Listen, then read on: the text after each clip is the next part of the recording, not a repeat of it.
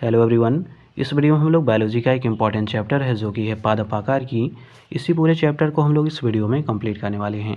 तो सबसे पहले हम लोग इसका एक ओवरव्यू देख लेते हैं कि हमको इसमें कौन कौन सा टॉपिक कवर करना है। तो देखिए, पहला इसमें टॉपिक होगा जड़ों से संबंधित जो सारे फैक्ट दिए गए हैं इनको हम लोग कंप्लीट करेंगे। जड़ों के जो प्रकार हैं, अपस्थानिक जड़ हैं या मूसला जड़ हैं, इनको कंप्लीट करेंगे। उसके बाद देखिए जो तनों से संबंधित सारे फैक्ट दिए गए हैं इनको कंप्लीट करेंगे। उसके बाद देखिए जो पत्तियों से संबंधित है, पुष्पों से संबंधित सारे फैक्ट हैं इनको कंप्लीट करेंगे। उसके बाद देखिए इसमें एक पार्ट होगा जो फलों से संबंधित सारे इन्फॉर्मेशन है, इनको कंप्लीट करेंगे। उसके बाद देखिए यहाँ पे दिया गया है जो बीजों से संबंधित, ध्यान दीजिएगा यहाँ पे दिया गया है बीजों से संबंधित जो सारे फैक्ट दिए गए हैं, इन सारे फैक्ट को हम लोग इस वीडियो में कंप्लीट करेंगे। तो आइए हम लोग स्टार्ट करते हैं जो अपना मेन टॉपिक है। तो देखिए इसमें पहला क्वेश्चन ये पूछा जा रहा है कि जड़ क्या है। तो ध्यान दीजिएगा जो जड़ है वो कह रहा है मूलांकुर से विकसित होने वाला ये पौधे का अवरोही भाग है। अगले क्वेश्चन में कह रहा है जो जड़ है उनकी प्रमुख विशेषताएं बताई गई हैं, इनको जान लेते हैं। तो देखिए जड़ों की विशेषता में पहली विशेषता ये है कि कह रहा है जो जड़ होती हैं वो पौधे के अक्ष का अवरोही भाग होते हैं और जो मूलांकुर से ये विकसित होते हैं। तो ये होगी इसकी पहली विशेषता। दूसरे में कह रहा है जो जड़ होती हैं वो सदैव प्रकाश से दूर भूमि में वृद्धि करती हैं। अगली विशेषता है जड़ों का रंग सफ़ेद या मटमैला कलर का होता है। अगले में कह रहा है जो जड़ें होती हैं वो सामान्यतः धनात्मक गुरुत्वानुवर्ती होती हैं तथा ऋणात्मक जो प्रकाशानुवर्ती होती हैं। अब अगली विशेषता देखिए, अगले में ये कह रहा है कि जो जड़ होती हैं उन पर एक कोशिकीय रोम पाए जाते हैं। अगली इसकी विशेषता ये है कि जो जड़ का शिरा होता है जिसको हम लोग मूलगोप कहते हैं, इंग्लिश में इसको रूट कैप कहा जाता है, इसके द्वारा ये सुरक्षित रहता है। अब अगला देखिए जड़ों के जो प्रमुख कार्य हैं इनको जान लेते हैं। तो देखिए जड़ के प्रमुख कार्य में पहला कार्य ये है कि जो जड़ होते हैं ये पौधों को भूमि में स्थिर रखते हैं। दूसरा इसका कार्य है कि जो मूल रोम है तथा जो जड़ों के कोमल भाग हैं वहाँ तक जल और घुलित खनिज लवणों का अवशोषण करने का ये कार्य करता है। अगले में कह रहा है जो जड़ें होती हैं वो अवशोषित जल और जो खनिज होते हैं या लवण होते हैं इनको ऊपर की ओर तने तथा पत्तियों में भी संवहन करती हैं। तो ये भी इनका कार्य है। अगला कार्य है कि जो जड़ें होती हैं कुछ जड़ें अपने अंदर भोज्य पदार्थों का संग्रह भी करती हैं। काफ़ी इंपॉर्टेंट फैक्ट है ये। मतलब जो जड़ें होती हैं तो कुछ जड़ें ऐसी भी होती हैं जो भोजन का संग्रहण अपने अंदर करती हैं। अब अगला देखिए, अगले क्वेश्चन में ये कह रहा है जड़ों का मुख्य कार्य क्या है। तो देखिए जड़ों के कार्य में बताया गया है कि जो पौधे की जड़ें होती हैं इनका मुख्य कार्य है भूमि के जो जल और पोषक तत्व हैं इनका अवशोषण करें। इसके अतिरिक्त ये पौधों को यांत्रिक सहारा प्रदान करें। तो ये प्रमुख कार्य है। अब अगला देखिए, अगले में कह रहा है जड़ें कितने प्रकार की होती हैं। तो जड़ें होती हैं दो प्रकार की। पहला प्रकार है अपस्थानिक जड़ और दूसरा है मूसला जड़। अब अपस्थानिक जड़ क्या है इसके बारे में जान लेते हैं। तो देखिए अपस्थानिक जड़ों के बारे में पहले इसकी विशेषताएं पूछी जा रही हैं कि इनकी विशेषताएं क्या होती हैं। तो विशेषताओं में देखी जाए पहले विशेषता ये होती है कि ये मूलांकुर के अतिरिक्त पादप शरीर के किसी अन्य भाग से विकसित होती हैं। जैसे अभी हम लोगों ने ऊपर देखा था कि जो जड़ें होती हैं वो मूलांकुर से विकसित होती हैं, लेकिन जो अपस्थानिक जड़ें हैं ये मूलांकुर को छोड़कर पौधे के अन्य भाग से ये विकसित होती हैं। तो ये बात आप लोग याद रखिएगा। अगले में कह रहा है ये एक बीजपत्री पौधों में पाई जाती हैं। तो ये इनकी विशेषताएं हैं। अब अगला देखिए, अगले क्वेश्चन में ये कह रहा है कि जो अपस्थानिक जड़ें हैं वो मूल जिसको कहते हैं या मूलांकर कहते हैं, इसके बजाय पौधे के किस भाग से ये निकलती हैं। तो जैसे अभी हम लोगों ने ऊपर देखा है कि जो अपस्थानिक जड़ें हैं वो मूल से विकसित नहीं होती, मूल के छोड़कर ये अन्य पौधे का जो पादप का भाग है उससे ये विकसित होती हैं। अगले क्वेश्चन में कह रहा है जो जड़ें की कोशिकाएं हैं उनमें जो लंबे रोम वाले भाग होते हैं उनको क्या कहा जाता है। तो उनको मूल रोम कहा जाता है। अगले में कह रहा है जो घास है तथा जो बरगद के पेड़ हैं उनमें किस प्रकार की जड़ें पाई जाती हैं। तो इनमें अपस्थानिक प्रकार की जड़ें पाई जाती हैं। अब अगला क्वेश्चन देखिए, अगले में क्या दिया गया है। तो अगले क्वेश्चन में ये कह रहा है कि जो अपस्थानिक जड़ हैं इनका रूपांतरण है। तो देखिए जो शकरकंद है उसमें अपस्थानिक जो जड़ है इसका ये रूपांतरण होता है। अगले में कह रहा है जो रेशेदार या जिसको हम लोग झकड़ा जड़ कहते हैं किस प्रकार की ये जड़ें हैं। तो देखिए जो झकड़ा जड़ें हैं वो अल्पजीवी प्राथमिक जड़ें हैं और ये तने के आधार से निकलती हैं। अगले में कह रहा है जो गेहूं के पौधे होते हैं उनमें किस प्रकार की जड़ें पाई जाती हैं। तो इसमें पाई जाती हैं झकड़ा जड़ें। अगले में कह रहा है जो पान की लता है उनमें बनने वाली जड़ें कौन सी होती हैं। तो ये होती हैं आरोही जड़ें। काफ़ी इंपॉर्टेंट है, इसको याद रखिएगा। अगले में कह रहा है कौन सा पादप आंशिक मूल परजीवी होता है। तो ये होता है चंदन। अगले में कह रहा है देखिए जो अपस्थानिक जड़ें हैं इनका रूपांतरण कार्य के आधार पर कैसे होता है। तो देखिए जो भोज्य पदार्थों को संचित करने वाली जड़ें हैं कौन कौन सी हैं। तो देखिए यह है पहली कंदील जड़ें, जिनमें देखिए जो शकरकंद है वो कंदील जड़ों का एग्जाम्पल है। तो ये क्या करता है, ये भोजन पदार्थों को संचित करता है। अगले में कह रहा है जो पुलकित जड़ें हैं ये इनमें आता है सतावत और डहेलिया, ये सब क्या करते हैं, ये भी भोज्य पदार्थों को संचित करती हैं। अगले में है ग्रंथिल जड़ें जो कि आम और हल्दी में पाई जाती हैं, तो ये सब क्या है, ये भी भोज्य पदार्थों को संग्रह करती हैं। अगला है मणिकामय जड़ें, तो इनमें देखिए अंगूर हैं और करेला है, ये सब क्या हैं, ये सब भोज्य पदार्थों को संचित करने वाली जड़ें हैं। अब यांत्रिक सहारा प्रदान करने वाली जड़ें कौन कौन सी होती हैं, तो देखिए पहले में कह रहा है जो स्तंभ मूल होती हैं जिसको हम लोग प्रॉप रूट्स कहते हैं, तो इनमें देखिए बरगद जो है वो क्या है, वो यांत्रिक सहायता प्रदान करने वाली ये जड़ें होती हैं। अगला है अवस्तंभ मूल, इसमें देखिए जो मक्का है गन्ना है ये इसके एग्जाम्पल्स हैं, ये भी यांत्रिक सहारा प्रदान करते हैं। अगला है आरोही मूल, जिनमें देखिए पान है पोथोंश है, ये सब क्या है, ये सब यांत्रिक सहारा प्रदान करने वाली जड़ें हैं। अब अगला देखिए अगले में बताया गया है अन्य जैविक जो क्रियाओं के लिए जड़ें उत्तरदायी होती हैं, उनमें कौन कौन सी जड़ें होती हैं, तो देखिए पहली है चूषण मूल, इनमें देखिए अमरबूल और अमरबेल है और चंदन आते हैं। अगले में कह जो श्वसनी मूल है, इनमें देखिए राइजोफेरा जो होता है, जूशिया जो होता है, इनके ये एग्जाम्पल्स हैं। अगले में कह रहा जो अधिपादप मूल है, इनमें देखिए आर्किड जो होता है, काफ़ी नाम सुना होगा आर्किड का, ये क्या है, ये अधिपादप इसमें मूल पाए जाते हैं। अगले में कह रहा है जो श्वांगी कारक मूल हैं, इनमें देखिए जो सिंघाड़ा है टोनिस्पोरा है, तो इनमें श्वांगीकरण मूल प्रकार की जड़ें पाई जाती हैं। अब अगला देखिए अगला है मूसला जड़ें, ध्यान दीजिएगा मूसला जड़ें हैं। तो मूसला जड़ों में पहला ये क्वेश्चन कह रहा है कि मूसला जड़ जो हैं इनका निर्माण कौन करता है, तो देखिए जो प्राथमिक मूल और इनकी जो शाखाएं होती हैं वो मूल मिलकर मूसला तंत्र का निर्माण करती हैं। अब अगले में कह रहा है जो मूसला जड़ें हैं जिनको हम लोग टैप रूट्स कहते हैं, इनकी विशेषताएं क्या होती हैं, तो देखिए इसमें कह रहा है इसमें मूलांकुर जो होते हैं वो विकसित होकर मुख्य जड़ का निर्माण करते हैं। दूसरी विशेषता कह रहा है इस प्रकार की जो जड़ें होती हैं वह द्विबीजपत्री जो पौधे होते हैं उनमें पाई जाती हैं, तो ये इनकी प्रमुख विशेषताएं हैं। अब अगला देखिए अगले में कुछ और दिया गया है इनके बारे में, तो देखिए अगले क्वेश्चन में ये कह रहा है किस प्रकार के पौधों की जड़ें जो होती हैं उनमें गांठें पाई जाती हैं, तो ये होता है लेग्यूमिनेसी जो पौधा होता है उसकी जो जड़ें होती हैं उसमें गांठ पाई जाती है। अगले में कह रहा है जो चुकंदर है पौधे का कौन सा भाग है ये, तो ये मुख्य जड़ है, तो याद रखिएगा जो चुकंदर है वो क्या है, तो वो मुख्य जड़ है। अगला देखिए अगले में कह रहा है तर्क रूपी जो जड़ है वो किसकी होती है, तो ये मूली की होती है, मतलब जो तर्क रूपी जड़ें होती हैं ये मूली में पाई जाती हैं। अब अगला देखिए अगले में कह रहा है जो प्रमुख मूसला जड़ें हैं उनका रूपांतरण कैसे हुआ है, तो देखिए इस साइड में प्रमुख जड़ें हैं और इनका रूपांतरण कहाँ पे हुआ है, तो देखिए जो गाजर है उनका हुआ है रूपांतरण शंकु आकार में। मूली देखिए इसका रूपांतरण हुआ है तर्करूपी में। अगला है जो शलजम है या जिसको चुकंदर कहते हैं, ये दोनों एक ही तरह से होते हैं, तो ये देखिए इनमें पाई जाती हैं कुंभी रूप में, इनका रूपांतरण हुआ है।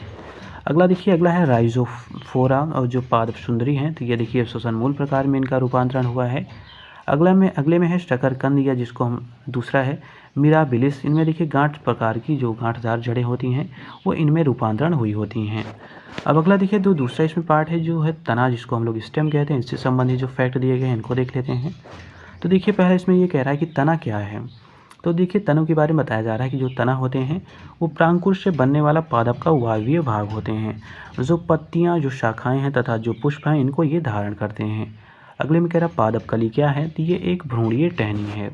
अब अगला देखिए जो तने हैं उनकी प्रमुख विशेषताएं बताई गई हैं, तो विशेषताओं में पहली विशेषता है कि जो तना होता है वो पौधे का आरोही भाग होता है जो भूमि के विपरीत प्रकाश की ओर गति करता है।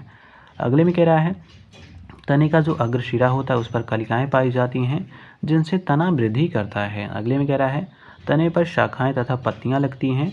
अगला देखिए अगले में कह रहा है जो तने का आकार होता है वो बेलनाकार चपटा या कोणीय होता है, तो ये सब इसकी प्रमुख विशेषताएं हैं। अब अगला देखिए अगले में कह रहा है जो तना है उसका मुख्य कार्य क्या है, तो देखिए तने का मुख्य कार्य है जो खनिज लवण है जो प्रकाश संश्लेषी पदार्थ हैं इनका संवहन करना। अगले में कह रहा है तने के उस भाग को क्या कहते हैं जहाँ पर जो पत्तियाँ होती हैं वो उत्पन्न होती हैं, तो ये होता है पर्व, जिसको हम लोग आसंधि कहते हैं, जिसको इंग्लिश में नोड कहा जाता है। अब अगले में कह रहा है जो तने का रूपांतरण होता है कितने प्रकार का होता है, तो ये 3 प्रकार का होता है। पहला है भूमिगत तना, दूसरा है वायवीय तना, तीसरा है अवायवीय तना, तो ये इनके 3 प्रकार हैं। अब वायवीय जो तना है उसे किसे कहते हैं ये जान लीजिए। तो देखिए जो वायवीय तना है जब कह रहा है जब संपूर्ण जो तना होता है भूमि के ऊपर स्थित होता है तो इसी को वायवीय तना कहते हैं। अगले में कह रहा है जो गुलाब है, अंगूर है, नागफनी है, रस्कस है तथा कोकोलोवा है, इसमें कह रहा है किस प्रकार के तने पाए जाते हैं, तो इनमें वायवीय तने पाए जाते हैं। अगले में कह रहा है कुनैन है जो मलेरिया के इलाज में उपयोग में लाई जाती है, सिनकोना पादप के किस भाग से प्राप्त होती है? तो ये छाल से प्राप्त होती है। अगले में कह रहा है जो सिनकोना की छाल है इससे प्राप्त औषधि को मलेरिया के उपचार के लिए प्रयुक्त किया जाता है। किस कृत्रिम औषधि ने इस प्राकृतिक उत्पाद को प्रतिस्थापित किया है? ये किया है क्लोरोक्विन ने। अगले में कह रहा है मलेरिया निदान हेतु जो आर्टीथर नामक पौधा औषधि है किससे प्राप्त होती है? ये बीजीय पादप से प्राप्त होती है। अब अगला देखिए अगले क्वेश्चन में क्या दिया गया है। तो देखिए अगले क्वेश्चन में कह रहा है जो प्रमुख वायवीय तने हैं इनका रूपांतरित रूप कौन सा है, इसको जान लेते हैं। तो देखिए जो कंटक स्तंभ हैं तो इनमें होते हैं, इनका रूपांतरण रूप है नींबू तथा बोगेनविलिया, तो ये इसके रूपांतरित रूप हैं। अगला देखिए जो स्तंभ प्रातन है जिसको हम लोग स्टेम टेंड्रिल कहते हैं, तो इनमें देखिए जो अंगूर हैं तथा कुकुबिटेसी कुल हैं, तो ये इसके रूपांतरित रूप हैं। अब अगला देखिए अगला है पर्णिका स्तंभ, तो देखिए जो नागफनी है केजुराइना है ये इसके एग्जाम्पल्स हैं। अब अगला देखिए अगला है पर्णाभ पर जो पत्र है ये क्या है पत्र, इसमें देखिए शतावार हैं तथा राशकश हैं, ये इसके एग्जाम्पल्स हैं। अगला है पत्र प्रकालिका, तो इसमें देखिए आलोए हैं और आगेयो हैं, ये सब एग्जाम्पल्स हैं। अब अगला देखिए अगले में क्या जाए अर्धवायुव्य जो तना होते हैं वो किन्हें कहते हैं हम लोग। तो देखिए जब तने का कुछ भाग भूमि के अंदर रहता है तथा कुछ जो होता है भूमि के बाहर वायु में पाया जाता है, तो इसी प्रकार के जो तने होते हैं उनको अर्धवायुव्य तना कहते हैं।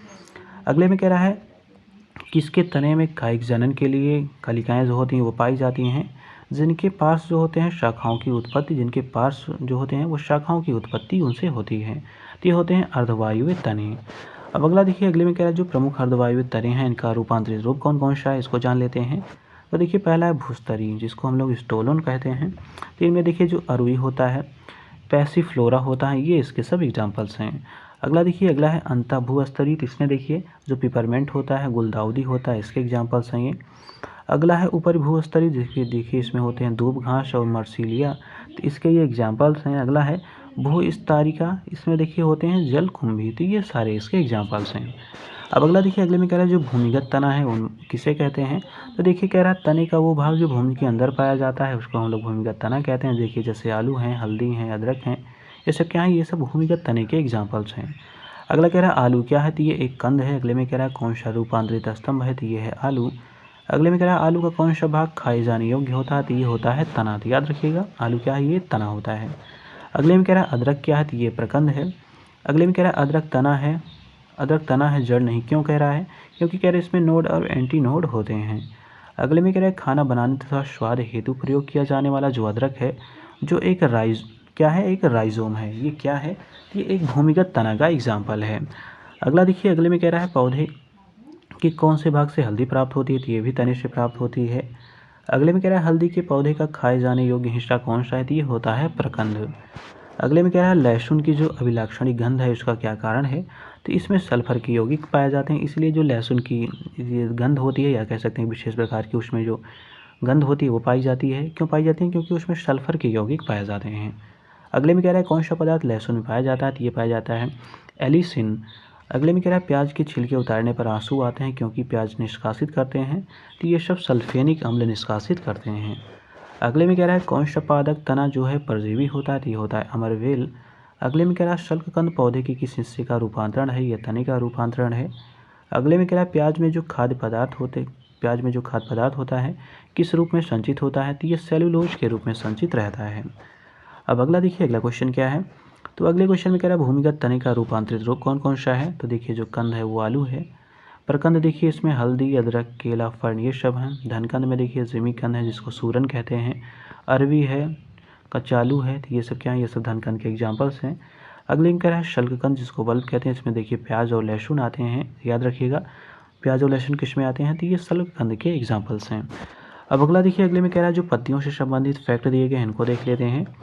तो देखिए पहला कह रहा है कि पत्ती क्या है, तो देखिए जो तने तथा शाखाओं की जो पर्व संधियाँ होती हैं इनसे निकलने वाले जो पाश असमान भाग होते हैं उन्हीं को पत्तियाँ कहा जाता है। अब पत्तियों के प्रमुख कार्य क्या हैं इनको जान लीजिए।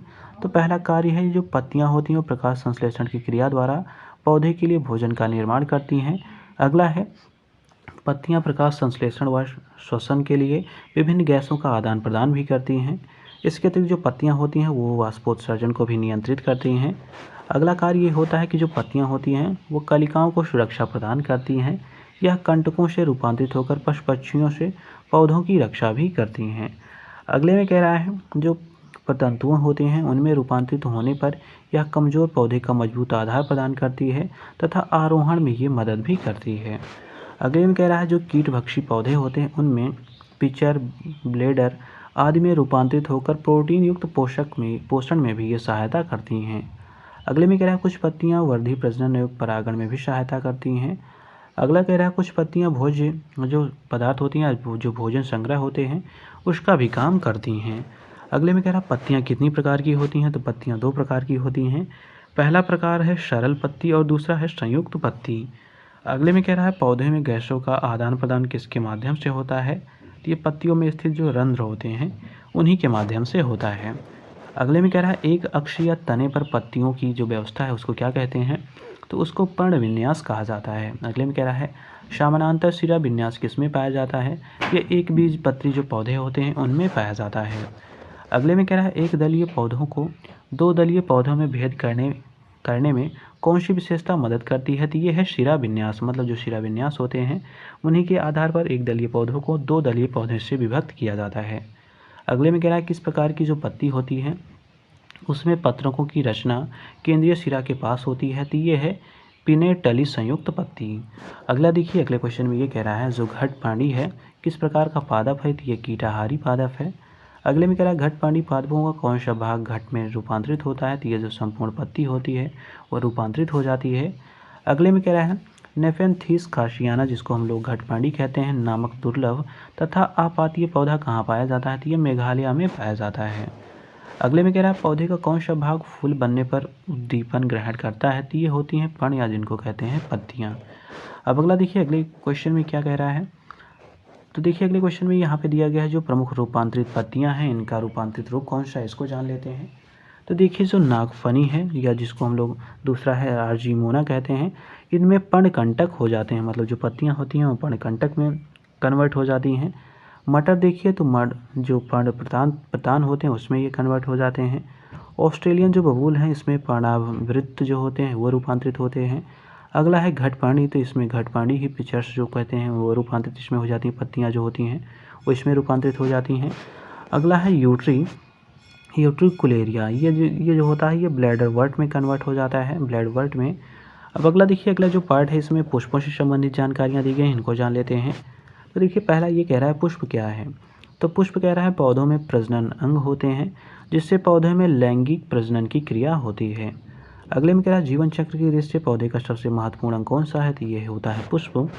अगले में कह रहा है पुष्पों का अध्ययन किस शाखा के अंतर्गत होता है, तो ये होता है एंथ्रोलॉजी के अंतर्गत। अगले में देखिए अगले में ये कह रहा है पुष्प के कितने भाग होते हैं, एंथोलॉजी है, ध्यान दीजिए क्या है एंथोलॉजी है मतलब पुष्पों का अध्ययन। अगले में कह रहा है पुष्प के कितने भाग होते हैं, तो ये होते हैं एक पुष्प के 4 भाग होते हैं जिन्हें पुष्प चक्र कहते हैं। देखिए अगले में कह रहा है जो पुष्प चक्र होते हैं वो पुष्पासन पर एक निश्चित क्रम में व्यवस्थित होते हैं। अब अगला कह रहा है पुष्प के भाग कौन कौन से हैं, तो देखिए पहला है बाह्य दलपुंज, दूसरा है दलपुंज, तीसरा है पुमंग और चौथा है जायांग। अब अगला देखिए अगले में ये कह रहा है जिन पुष्पों में चारों चक्र उपस्थित होते हैं उन्हें क्या कहते हैं, तो उनको पूर्ण पुष्प कहते हैं। अगले में कह रहा है जिन पुष्पों में पुष्प जो होते हैं उसके एक से अधिक चक्र अनुपस्थित होते हैं उन्हें क्या कहते हैं, तो उनको अपूर्ण पुष्प कहते हैं। अगले में कह रहा है पुष्प के अंगों या चक्रों की उपस्थिति के आधार पर पुष्प कितने प्रकार के होते हैं, तो ये 2 प्रकार के होते हैं। पहला है पूर्ण पुष्प जिनमें चारों चक्र उपस्थित होते हैं, दूसरा है अपूर्ण पुष्प जिनमें चारों चक्रों का अभाव होता है। अगले में कह रहा है पुष्प जिस आधार पर उपस्थित होते हैं उन्हें क्या कहते हैं, उनको पुष्पासन कहते हैं। अगले में कह रहा है पुष्प का सबसे बाहरी चक्र क्या कहलाता है, तो इसको बाह्य दलपुंज कहते हैं। अगले में कह रहा है प्रजनन के लिए फूलों में आवश्यक अंग कौन सा है, तो ये है पुंकेसर और स्त्री केसर।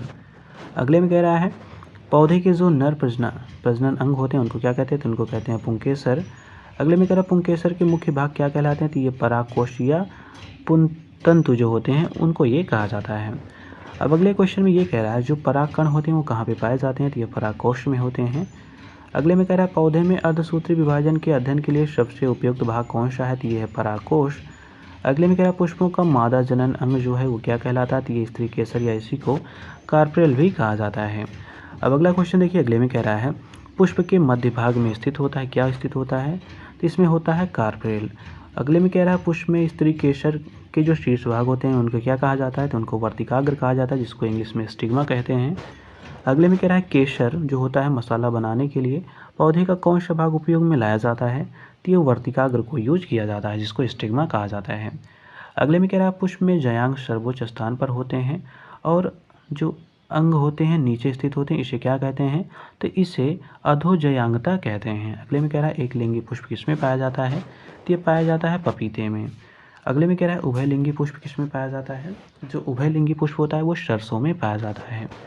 अगले में कह रहा है यदि किसी उभयलिंगी पुष्प में पुमंग और जायांग जो होता है अलग अलग समय पर परिपक्व होते हैं, तो इस तथ्य को क्या कहते हैं, तो यह कहा जाता है भिन्न काल परिपक्वता।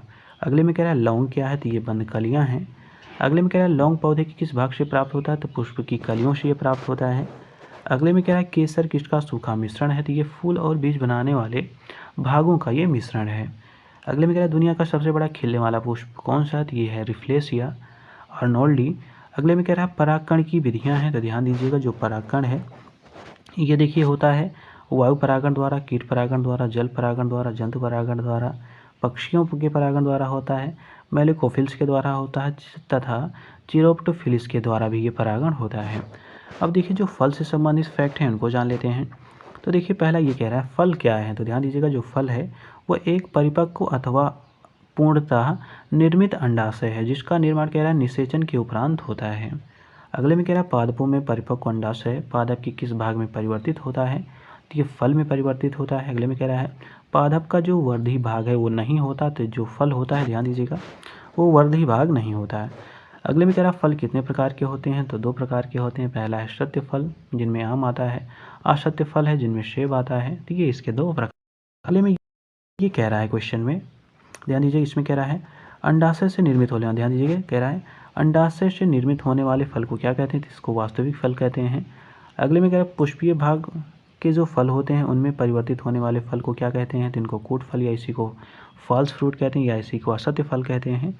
अगले में कह रहा है कौन सा एक सच्चा फल नहीं है, तो ध्यान दीजिएगा नहीं है पूछा जा रहा है। तो देखिए जो सेब है, नाशपाती है, काजू है, ये सब क्या है, ये सब सच्चे फल नहीं हैं।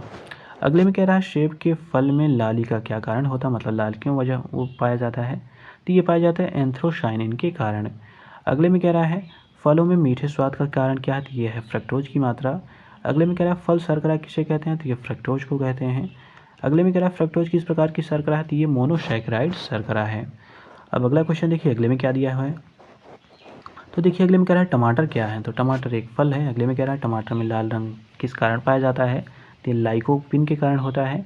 अगले में कह रहा है सामान्यतः किस फल का प्रयोग फल के रूप में नहीं किया जाता, तो ये होता है टमाटर, इसका हम लोग फल का प्रयोग फल के रूप में नहीं करते हैं। अगले में कह रहा है जो पपीता होता है उसमें पीला रंग किस कारण से होता है, तो ये होता है कैरिकोजेंथ्रिन के कारण। अगले में कह रहा है जो मिर्च में तीखापन है या तीक्ष्णता है उसका क्या कारण है, तो इसमें कैप्साइसिन पाया जाता है, इसी के कारण जो मिर्च होता है वो तीखा लगता है। अगले में कह रहा है किसमें बहुबीजी फल नहीं पाए जाते, तो ये लीची में नहीं पाए जाते। अगले में कह रहा है मटर किस प्रकार का पौधा है, तो ये फलीदार पौधा है। अगले में कह रहा है कौन सा पादप अपने जीवन काल में केवल एक बार ही फूल और फल देता है, तो ये होता है केला। अगले में कह रहा है केले का खाने योग्य हिस्सा कौन सा है या उसे क्या कहते हैं, तो ये होता है अंतः फल भित्ति और मध्य फल भित्ति। अगले में कह रहा है हाल ही में हमारे वैज्ञानिकों ने केले के पौधे की एक नई और भिन्न जात की खोज की है जिसकी ऊंचाई लगभग कह रहा है 11 मीटर तक जा सकती है। उसके जो फल हैं उनका गूदा नारंगी रंग का होगा और यह भारत के किस भाग में खोजी गई है, तो ये खोजी गई है अंडमान में। अगले में कह रहा है नोस्कापिन किससे प्राप्त होता है, तो ये पोस्ता या पॉपी से प्राप्त होता है। कह रहा है अगले में अफीम का वनस्पति नाम क्या है, तो इसका नाम है पेपेवर सोमनीफेरम, ये इसका नाम है। अगले में कह रहा है जो अफीम पोस्ता है ये पौधे के किस भाग से प्राप्त होता है, तो ये अधपके फल का जो लैटेक्स होता है उससे ये प्राप्त होता है। अगले में कह रहा है अफीम का मुख्य अवयव क्या है, तो ये होता है मॉर्फिन। अगले में कह रहा है मॉर्फिन किससे प्राप्त होता है, तो ये अफीम के फल से प्राप्त होता है। अगले में कह रहा है जो हेरोइन होता है किससे प्राप्त होता है, तो ये अफीम जो जिसको पोस्ट कहते हैं उसी की मॉर्फिन के संश्लेषण से इसको प्राप्त किया जाता है। अगले में कह रहा है संपूर्ण फलों को कितने भागों में विभाजित किया जाता है, तो 3 को पार्ट में डिवाइड किया गया है। पहला पार्ट है सरल फल, दूसरा है पुंज या जिसको समूह फल कहते हैं और तीसरा है संग्रहित फल। अब अगला देखिए अगले में कह रहा है जो सरल फल हैं वो कितने प्रकार के होते हैं, तो ये 6 प्रकार के होते हैं।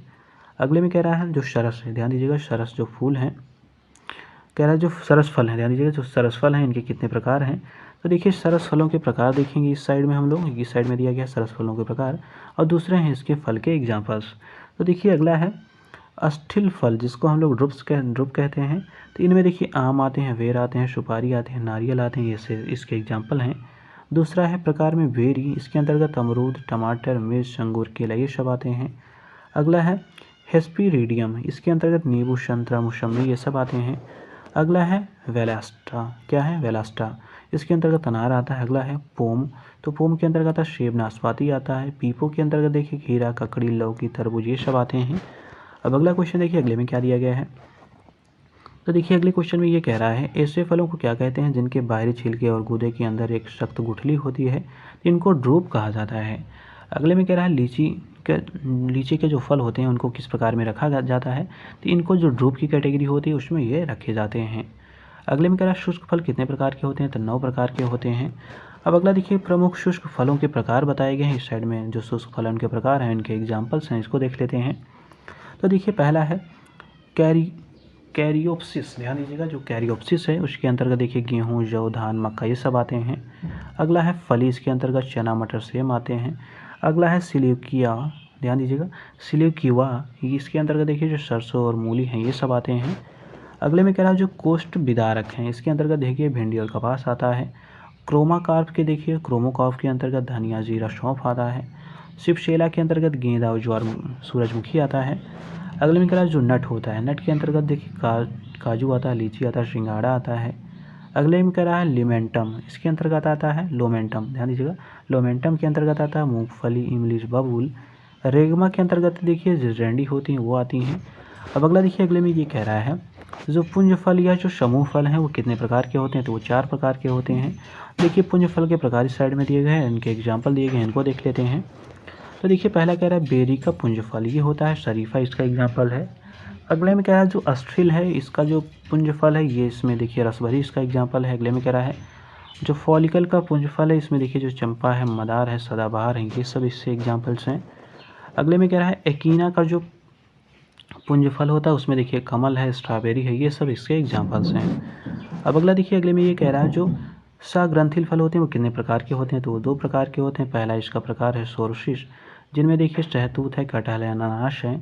अगला है साइकोनस, इसके अंतर्गत देखिए गूलर, बरगद, अंजीर आते हैं।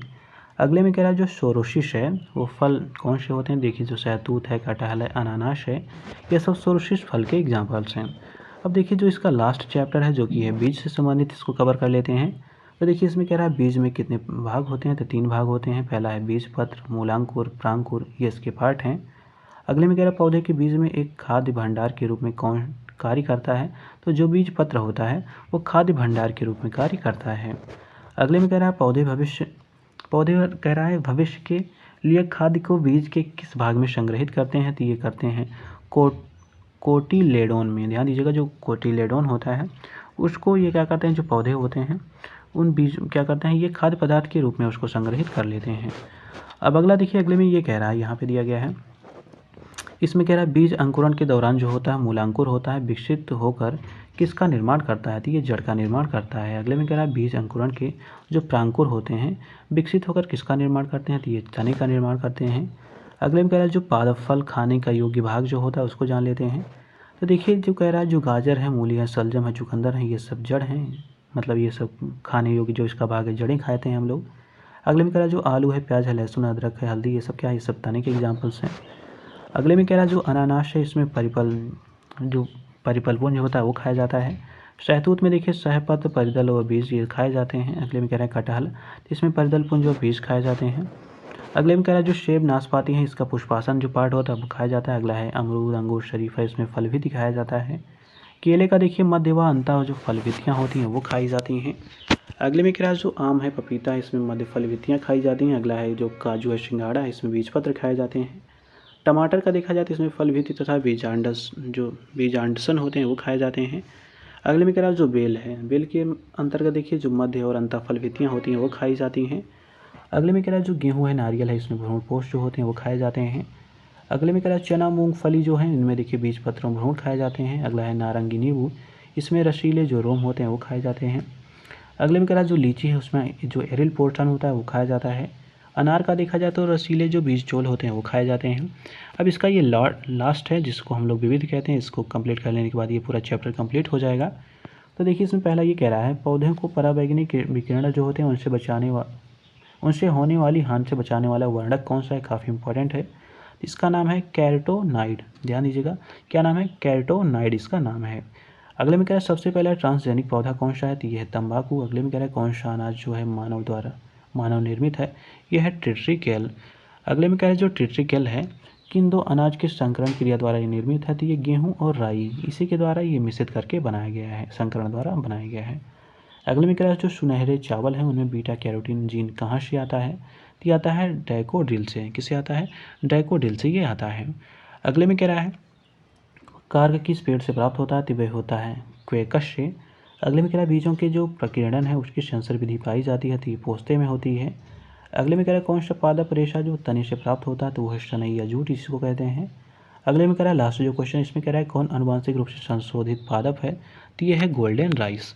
अब अगला देखिए दूसरा इसमें चैप्टर है प्रकाश संश्लेषण। इसको हम लोगों ने ऑलरेडी कवर किया हुआ है। इसी प्रकार बायोलॉजी के कुछ और रेस्ट टॉपिक बचे हुए उनको कंप्लीट कर लेने के बाद ये जो बायोलॉजी का पोर्शन है वो कंप्लीट हो जाएगा। उसके बाद हम लोग फिजिक्स और केमिस्ट्री का जो पोर्शन है उसको कंप्लीट करेंगे। तो मिलते हैं अगले वीडियो में एक नए टॉपिक के साथ।